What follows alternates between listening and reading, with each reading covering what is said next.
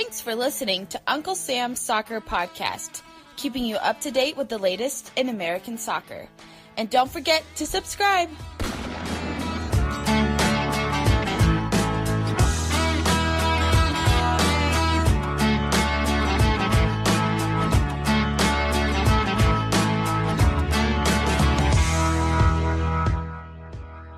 Hello everyone, my name is Jake Watroba and welcome to Uncle Sam's Soccer Podcast.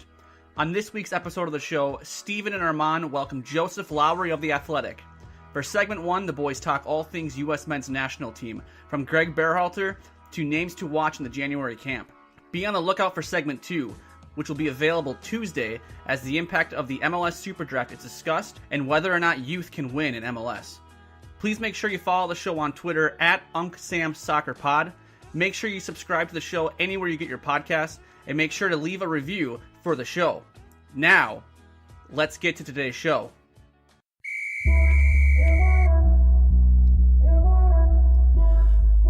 Alrighty, fellas. Welcome. Joseph, it is actually your first time, although we did record a full episode with you, and that went down the toilet because we had technical issues all throughout. So, welcome back, but really welcome. Thank you. It gives me, a second chance at a first impression, so I'm glad to be here. Yeah. Armand, how we doing? I'm just marveling at how cool a Twitter handle is Joe and Cleats. Like, what a great Twitter handle. Like, you hear like, oh, my Twitter handle at Armand Kafai, it's just my name. But Joe and Cleats is just so catchy. I think maybe I should just change my name to, Joe and Cleats. Forget Joseph Lowery. Let's just go for it. Yeah, honestly, Joe and Cleats. I think you probably should. That's how we refer to you on the show when we're texting each other who to get on the show.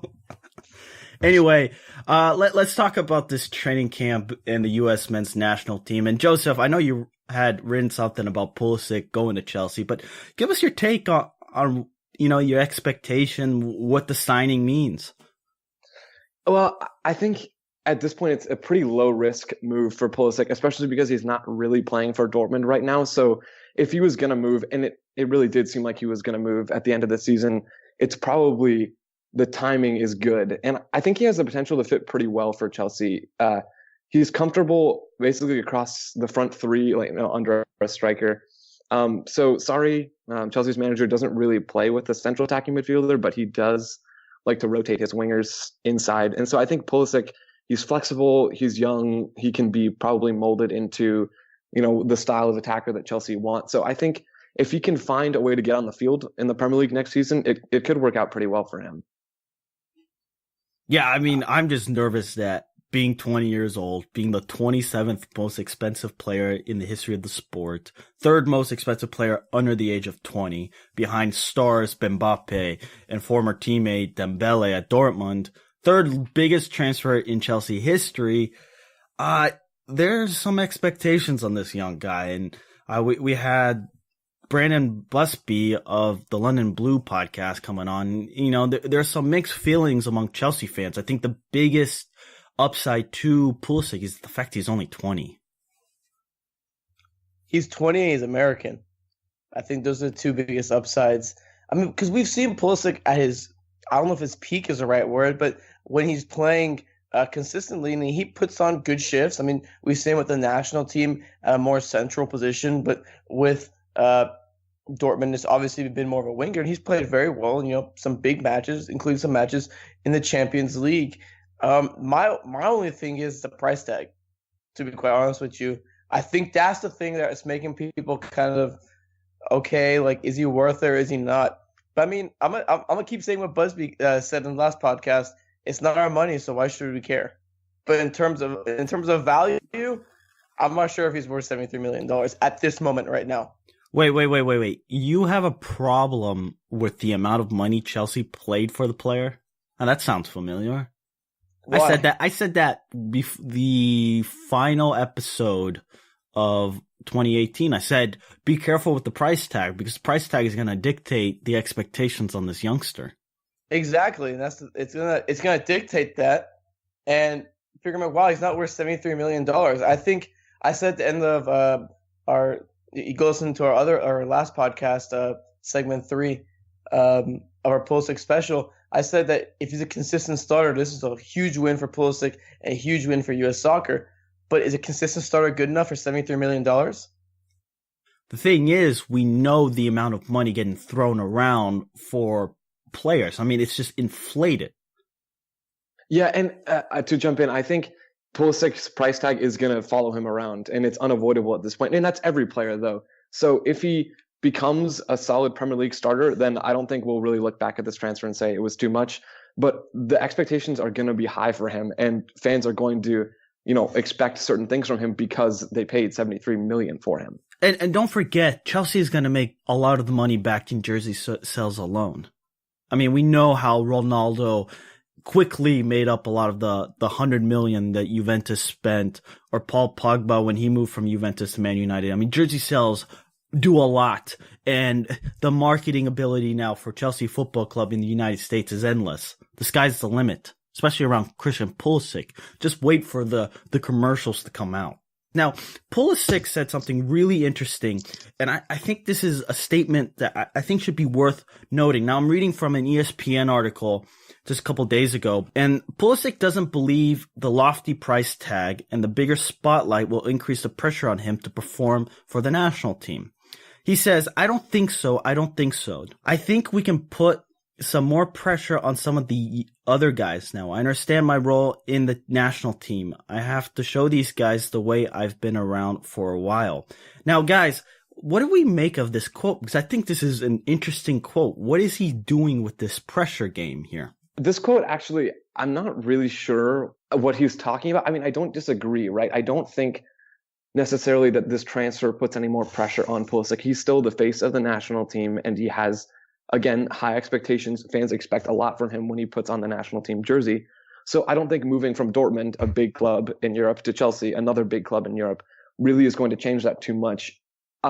Maybe with his line about putting pressure on the other guys, do you guys think that refers to the younger players, maybe being more ambitious, or to some of the older players who have come back domestically and are playing in MLS? I'm not sure. He maybe wants them to be more ambitious and perform at a higher level. I think Steven and I talked about this a couple of days ago when he pointed out this quote. I think it's a really weird quote to, throw out there, talking about, I think we put some more pressure on some of the other guys now.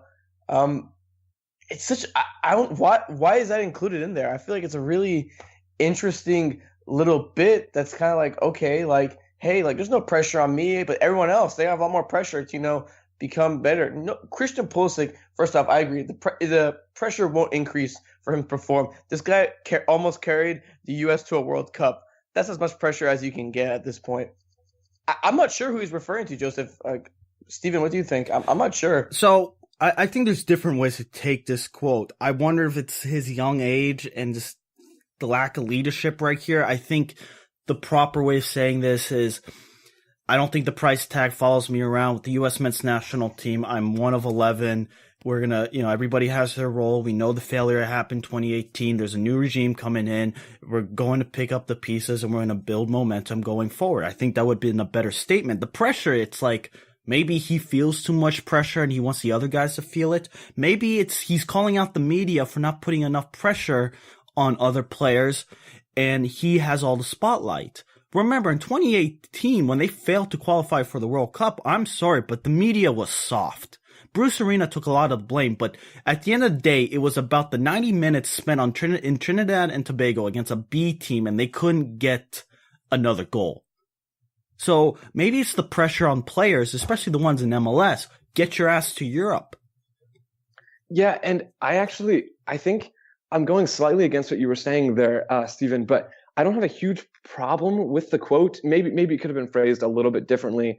But I think, we do need more pressure around the national team environment. And this is partly what you were saying. So I do agree with you here that the media, we should be looking at our players and encouraging them and, prompting them and questioning, where they're playing and how they're getting minutes and where those minutes are coming from and the quality of the opponent that they're up against. So I think in a way, I actually kind of do appreciate this quote because I think it's something that needs to be said, and maybe it shouldn't be coming from Pulisic. Maybe it should be coming from the media. But either way, I think I appreciate the basic sentiment if I'm interpreting it correctly. Do you guys think there's more pressure on players now, though?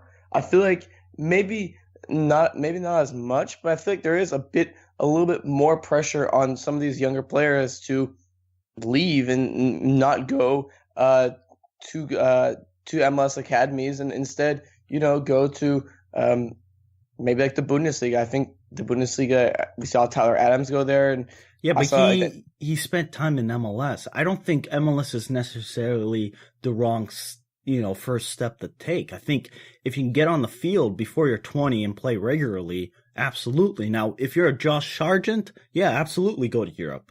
Well, I mean, he's 18 years old. He already scored a couple goals. I think Pulisic sees the landscape, and being in Europe, I think, has changed his outlook on U.S. soccer a little bit and understanding the importance, because he was able to move at 17, a much younger age than you're allowed to because of the dual national. He understands, wait a minute, U.S. soccer here has some problems, and if we can get more people to come to Europe, maybe that's what he's referring to in the pressure of where you're playing. And, this is the U.S. men's national team being in Germany, going to London. Now I understand the pressure there is. But at the end of the day, they still play in CONCACAF, right? So the pressures are really only going to come till they start playing in the World Cup. Unless there is another Copa America where they're a part of and they're playing the Brazils, the Argentinas, the heavyweights of CONMEBOL. The pressure, though, I think it's slowly coming, but again, I do think it is a little soft because we aren't, some players aren't being pushed. And I mean, we saw that, with, players like, I guess, Michael Bradley, Josie Altidore. Although Altidore, I think, is a really interesting situation because he was in a really bad spot at the time, and he came back to him at Toronto and it kind of helped his career a little bit. But I mean, guys like maybe potentially Michael Bradley not pushing themselves and coming to Toronto for the big paycheck. The question is, though, if he's talking about the older guys, can you blame the older guys for coming to get a bigger paycheck? No, I don't think you can blame them exactly. at all. No, not at all. I mean, at the end of the day, you play sports to feed your family. You want the paycheck to feed your family and set up your kids for our generations to come in the long term. And remember, when Michael Bradley and Josie Altidore came, the landscape of U.S. soccer was this is significantly different. I don't think people understand. U.S. soccer tomorrow is a different day than it was today. It continues to grow. So I think Michael Bradley and Josie Altidore, although Josie Altidore is a lot younger than people think he is. I think he's 27, 28? Something like that. He's on the right side of 30. I think Michael Bradley's on the wrong side. I need to go double check this. These players came to MLS because MLS needed a marketing ploy. They gave them the big paychecks, and for the large part, it worked. Michael Bradley's going down in history for TFC. Why? Because they won the fake treble. So it worked. The fake treble. It did. No, it did. And like we all mentioned, can you blame them? I mean, so I guess if you're talking about more of the younger players, I mean, yeah, that makes sense. I think Pulisic's whispering to some guys, hey, if you have an offer in like Germany, come to Germany. Stuff like that, trying to encourage more people to go to Europe. And I think that's going to be a positive step for the U.S. men's national team. Agreed. Alrighty, so let's move on to training camp. And Joseph, we'll throw this out to you first. Names to pay attention in this U.S. men's training camp. Now, a couple of facts to know. It's a very young age. Berhalter called 28 players, all from MLS. Average age is about 24.5. A couple of older guys, or just with more experience. Michael Bradley, Jesse Sardes, Will Trapp. 13 uncapped players, 8 whom will experience their first U.S. men's national team camp. And then they're going to play a couple of friendlies January 27th against Panama. And then the following couple of days later, February 2nd, in San Francisco or the Bay Area against Costa Rica. But guys, a lot of new faces, names to pay attention to. Joseph. So I kind of, in my mind, divided the roster up into a couple of different groups. I think some of the names that I'm trying to pay attention to are guys I think who could become more regular contributors. So, starting with Zach Steffen, I think he still is the starting goalkeeper. He has a familiarity with Berhalter. So I'll be keeping my eye on him to see, does he look, more comfortable? Does he look better with his feet? Under Berhalter, I'm not sure if that would have any effect, but it'll be interesting to see Steffen. And then just a few other names, Reggie Cannon, Armand's guy, and then Aaron Long, Kellen Acosta, and Russell Canals. So Cannon at right back, I think I'm a big fan of his game personally. And I think he could be a really good fit for the presumed style that maybe we're expecting to see with the U.S. men's national team now with Berhalter. And then Aaron Long, maybe he can push Matt Miazga or John Brooks at center back to become a more regularly played guy. And then Acosta and Canals in midfield, specifically Canals, maybe at the 6 and looking at how he performs. So, Armand, what about you? Well, before Armand, sorry, you say Kellen Acosta. Why? I mean, he makes, I guess, the trade from Dallas to Colorado, and then he gets called up to the national team. He scores a goal, if I remember, against, was it Colombia in the 4-2 loss? Yeah.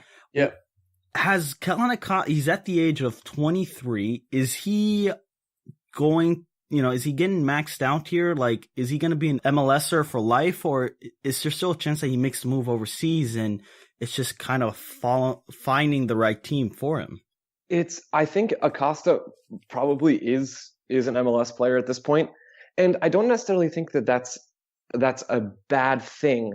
Maybe it's not quite what we expected of him a couple of years ago, but I've sort of, pieced Acosta and Christian Roldan and maybe even Marky Delgado a little bit in the same group. And I'm just interested to see how those three guys, and Acosta specifically, function under Berhalter. And so that's a little bit more of a curiosity thing for me, less that I think maybe he's on the same profile as some of the other guys I mentioned, but I am still intrigued to see how he performs if he gets on the field. My list of players to watch, I'm actually going to agree with Joseph here. Kellen Acosta was number 1 on my list, and here's why. I think he has to prove here that he's basically more of a veteran with the national team. He's 23. He's entering an age where, you're kind of beginning to creep towards your prime. And remember, the expectations for Kellen Acosta were ridiculously high, and now he's with the Rapids. I mean, like we talked about, with the Rapids. Is he really a rising star anymore? I don't know. I don't think you can consider him a rising star in a lock, especially with many of these guys, going into Europe. I don't think Kellen Acosta's a lock for, the qualification, maybe for the Gold Cup. But I think he has something to prove. He has to prove, hey, I belong here. I'm the best out of this group. If Acosta isn't the best out of this group, then yikes. Because this is a guy who we linked to Europe 2 seasons back, and now he's with the Rapids, and he has to progress at some point. So I agree. Kellen Acosta is one player that I'd like to watch. Another player I'd be really interested to watch, I want to see how the 2 Philadelphia Union homegrowns do, Mark McKenzie and Austin Trusty. They're both relatively young. They both played really well in MLS if we think about it, and they were consistent stars week in and week out. I want to see if one of them can break into the rotation and say, hey, look, maybe we're better, and they can break in and try to get a Gold Cup spot. Maybe not like a playing spot in the Gold Cup, but one of those last few spots for some players to gain experience. And then another player I look out for is Christian Ramirez.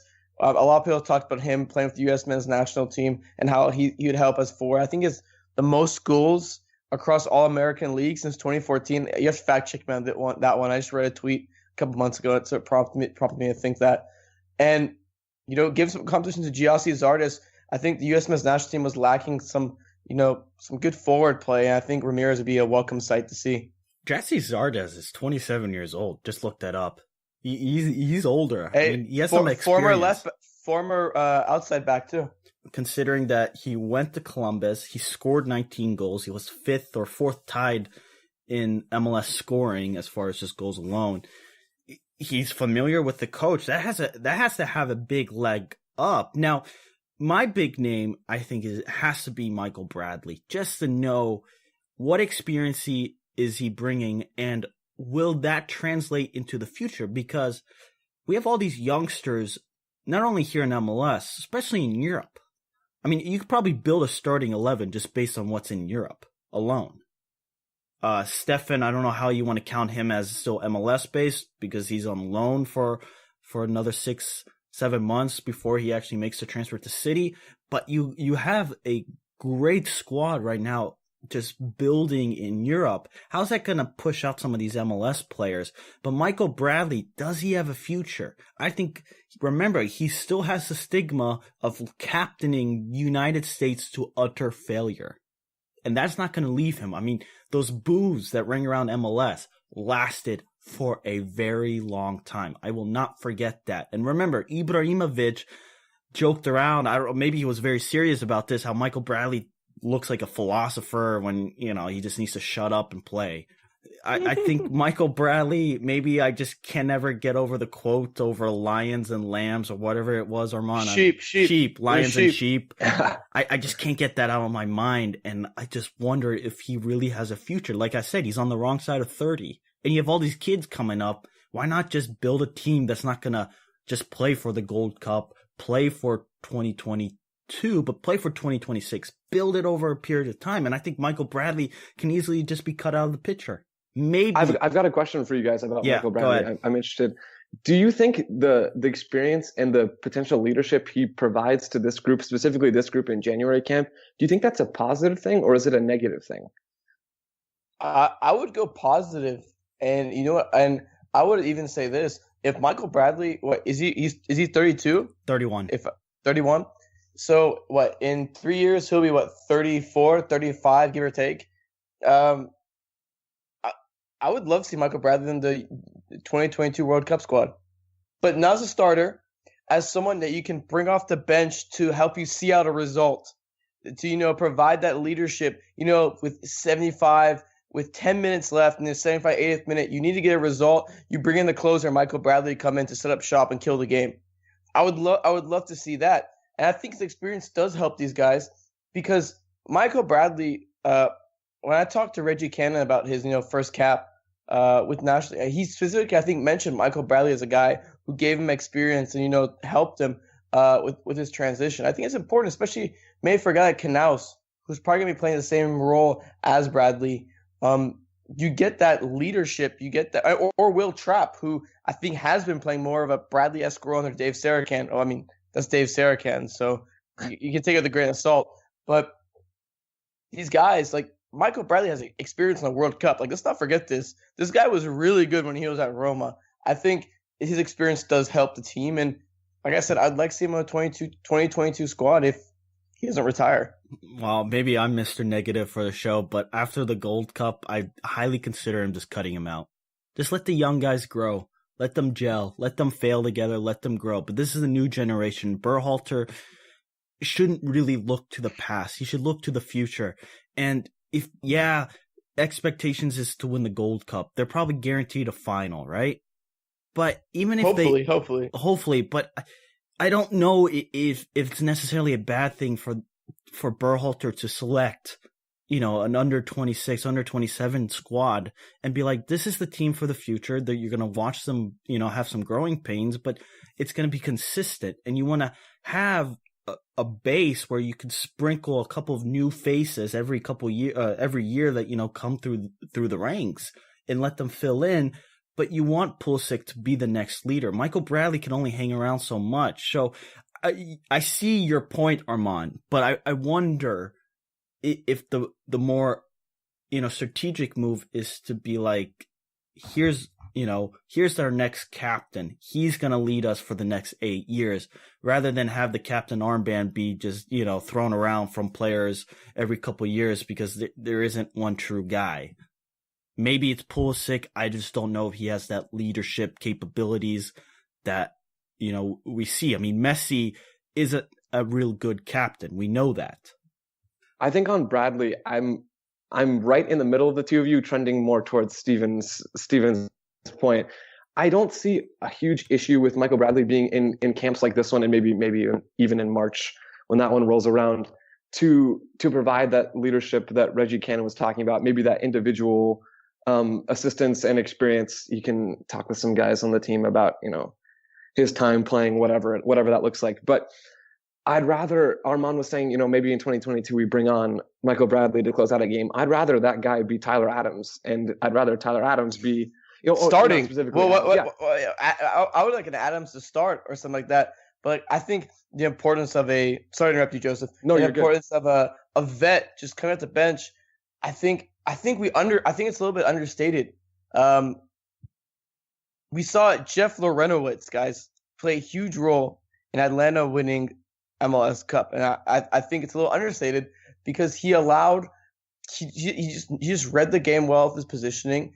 As I guess he's more of a center back in that case, but I think the importance of a guy who's been there, done that, the pressure doesn't get to him. Well, I mean, maybe it might a little bit, but he's just been there and done that. And if you can bring him off the bench as maybe the 22nd or 23rd guy, I mean, you don't have to play him every game, and you'll still have the young guys starting and taking the majority of the minutes. But I know we're discussing about something 3 years ahead, but I think he could play a valuable role on a roster as just a bench player, but not a player that has to play every minute or whatever. This is my 2 cents. Joseph, continue. Yeah, no, I think that's fair. I'm a little bit scared with Bradley. I remember, I think it was against Colombia, the friendly back in, what was that, October, I think. Mm-hmm. And he came on in that sort of, spot sub appearance role. And maybe it was the system, maybe it was players not understanding their defensive responsibilities under Sherikan. But I seem to remember Bradley being a little bit more of a liability than an asset off the bench. But I think to qualify that in a distinct system with clear instructions, maybe that wouldn't be the case. But I'd personally be more inclined to, sure, if you want Michael Bradley on the roster, that's fine. I'd rather him probably not ever see the field, but I totally understand the angle you're coming from. Maybe Michael Bradley's the 23rd man on the roster. Maybe you have him just as a voice. And it's actually, I think, Armand, you do raise a fair point. Think about it. There's going to be an 8-year gap or 8.5-year gap because the World Cup is going to be played in December from what U.S. men's national team player will have played in the World Cup last. What about Josie Altidore? Will he have room? Remember, he's 28, 29. So he's going to be younger than Michael Bradley. He pulled his his hamstring in 2014? I think so, yeah. Against Ghana within the first 20 minutes.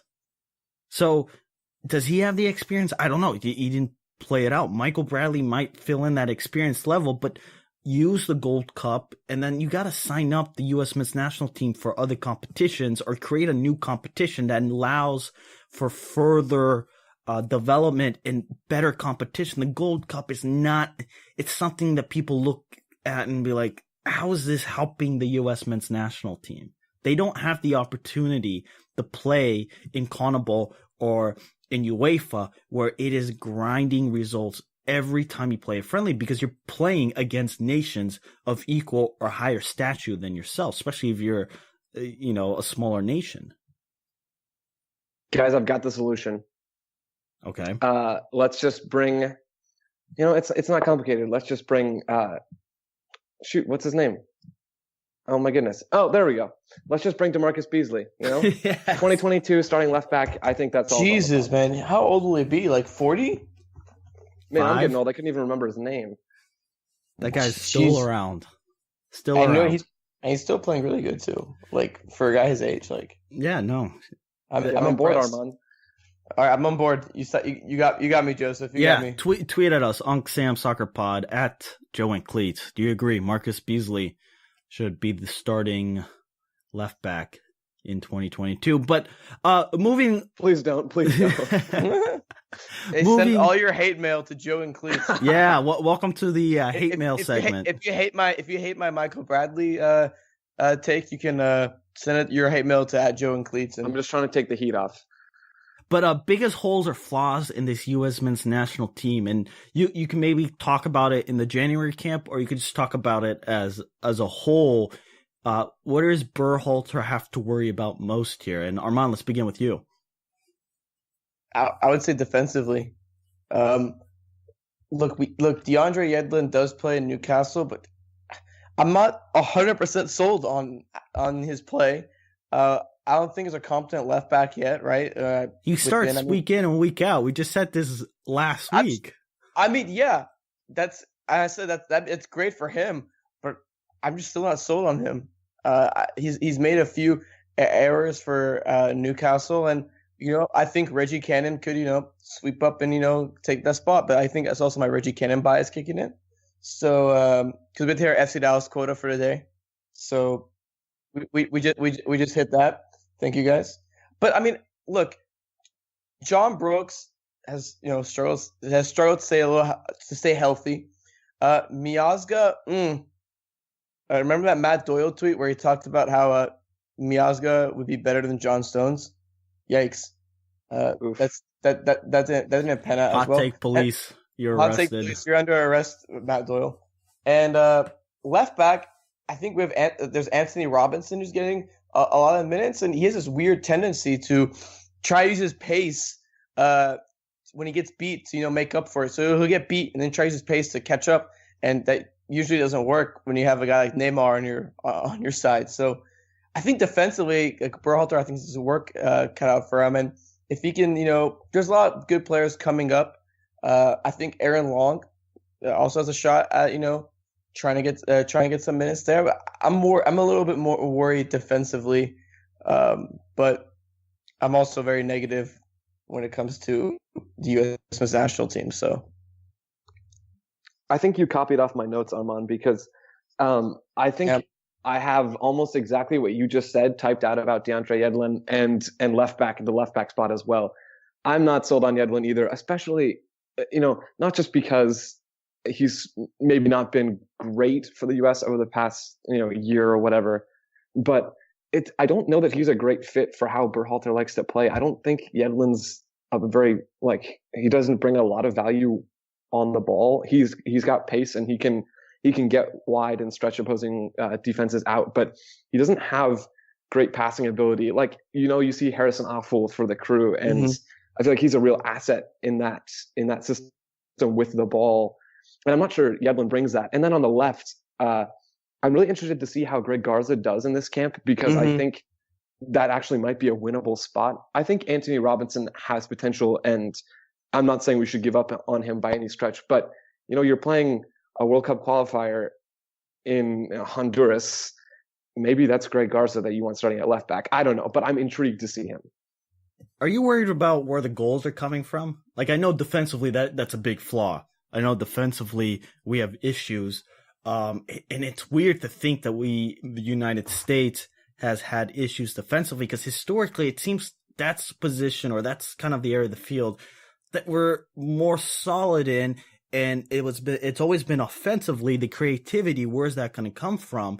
Now, the midfield, I think we're pretty talented across the board if you look at it as a whole.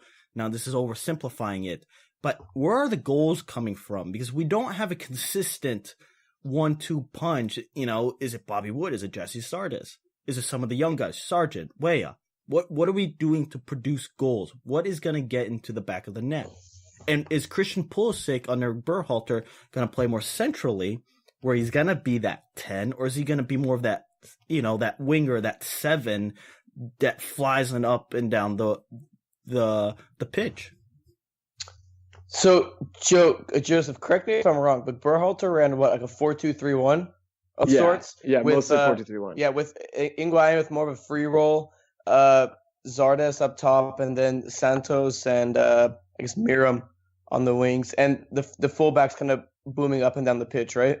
Yeah, that's exactly it. I would say Pulisic is more central in that instance, because from what I've seen of the Crew, which is a lot because of ESPN Plus, Higuain has a really free role. Am I wrong by saying that, Joseph? I don't think you're wrong. I don't think you're wrong about that. No. Yeah, I think he has a relatively free role, but I can also see him being played on the wing too. So it's going to be one of those things where Berhalter is going to have to weigh his options and be like, okay, where is Pulisic going to be best for the roster? Because I could see Tyler Adams and Weston McKennie playing next to each other in a 4-2-3-1 with, I guess you'd have Adams be more. They could switch on and off, but I have Adams more back, and I'd have McKennie a little bit more up, or vice versa. I mean, it's more of a preference thing. I don't know who you'd put that center attacking mid outside of Pulisic, unless I'm like thinking too narrow minded. No, you raised an interesting point because I was thinking the same thing. And do you have to consider Joseph Pulisic's max? Like, where can you maximize Pulisic is if he is, say, 100% on the wing and centrally he's only 82%.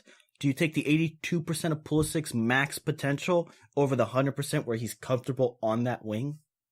That's a really great way to phrase the question, because the short answer is I don't know. The long answer is I think personally, my preference would be to take the 100% on the wing and play without sort of that Higuain style playmaker, simply because I don't think Pulisic is that like for like replacement. Higuain, from what I've seen of him, and I can't say that I've seen a ton of the Crew. I've seen a good bit, but you have ESPN Plus, Joseph? Come on. I do. I'm not grinding those Crew games like you are, man. But I think Pulisic is a little bit more of a type of player that likes to drive into space, whereas Higuain does that, but maybe is more of a connector between midfield and attack. And I could be wrong about that, but I think Pulisic might be better in that Justin Meram role where he starts out wide and maybe he comes into midfield to add another number and to give the US an advantage. And then Pulisic has the ball at his feet and he can drive forward from there. So personally, my preference from a tactical standpoint would be to see him maybe start on the right and then drift in slightly into midfield and then move the ball up from there. But I wouldn't be surprised to see either central or out wide. What about the goal scoring? Do you have a worry with finding someone who can be a regular and somebody where there can be a chemistry built around? Because I think with all these young guys and just the lot of them, you got to start dwindling down on a core that you're going to be able to just get them in rotation, let them feel each other. Because that's the hardest part about national team football is building chemistry or just regularity that, club football has a huge advantage where you see these guys week in and week out consistently. Yeah, I think there is a concern about where the goals are coming from. Pulisic can provide obvious benefits in attack, but if maybe we're just saying it's a 4-3-3, as a basic example, who's playing striker and who's on the left wing? Maybe 2-3 years from now, Josh Sargent and Timmy Weah or Jonathan Amon on the left maybe are regular starters at a decent sized club, and you can rely on them to score some goals. But right now, even just looking at this January camp roster, the forwards are Abobasi, who's more of a hold up guy, Christian Ramirez and Zardes, who are known for their goal scoring, but I don't know how they translate on the international level. So I mean, are you looking at Altidore still? I don't know. The answer is yeah, we should be concerned about where the goals are coming from. At least that's my take. Wow, I would be intrigued to see Weah and Altidore play off each other. Have Weah with his runs pull off, and have Altidore as more of that target guy. I mean, I'd be really interested to see that. But am I concerned? Of course I'm concerned. It's U.S. men's national team. I have confidence that they'll win the 2022 World Cup, and I'm still concerned. Come on. Zardes works really well and with Berhalter's system. And I was actually talking to Harrison Crow, a good friend of Joseph, about this. He writes for American Soccer Analysis, and it's a great website. You should go check it out. It's a data analytic website. And he showed me a number that was really interesting, which is how much Zardes is involved in possession leading up to the Crew's play. And it's not much. So think about it.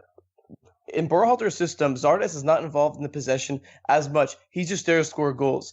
That's a defined role.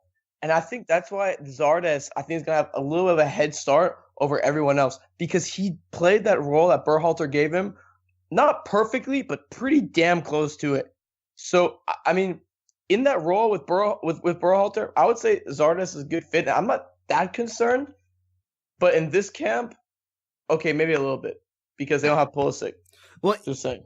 I think it's very hard to, when we talk about these holes and flaws, we're talking about the U.S. men's national team adding in, as a whole, adding in all those European-based players.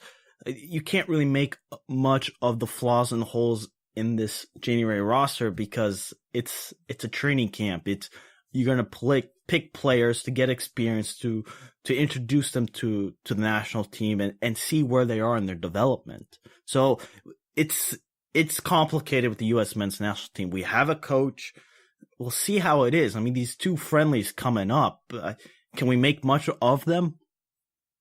Yes, I think we actually can. I think I'd agree. Sorry to cut you off, Armand. I think maybe to go back slightly to the last question about where the goals are coming from, these friendlies will give us an idea of where they're coming from. I think there's a real chance that the scoring comes from the system and from the players playing in a cohesive, possession scheme and moving down the field as a unit. This is in a perfect world, obviously. And maybe it matters less who the players scoring the goals are and more how effective the system is at creating a high number of those goal-scoring chances. Listen, Berhalter's system was good. Now imagine it with the best players in the U.S. men's national team pool. That's what I'm interested to see. And these friendlies do have meaning because you get to see Berhalter implement his system so we can at least get an idea of what he wants to do. I think that's the most important thing. It's going to be a January camp. They're not going to be the best players, but I want to see what he wants to do, what we should be looking for with those key players, and some trademark Berhalter things, such as maybe the forward not being as involved in the build-up of possession, in the build-up to possession. The fullbacks, how do they perform? The midfields, the low blocks, etc. I'm really interested to see how Berhalter sets up because it's the first glimpse we're going to have as him, being head coach. We can talk about him being a head coach all we want. We have been for the last year and a half, but let's see how he does now, and let's see what he brings to the table. Well, Joseph, a lot smoother than last time you were on. You could follow him, listeners. Joe and Cleat, wonderful content. Love his pieces for The Athletic. Follow Armand Kafai at Armand Kafai. Catch his work on Pro Soccer USA. I'm Steven Jodderand. Come back tomorrow. We got some MLS chat for you. And yeah, tweet us, Unc Sam Soccer Pod. Give us your thoughts with this U.S. men's national team. Anything that we alluded to on the show today. Maybe you have some other points that we missed. Could be a player that you're watching in training camp. Let us know. Till next time.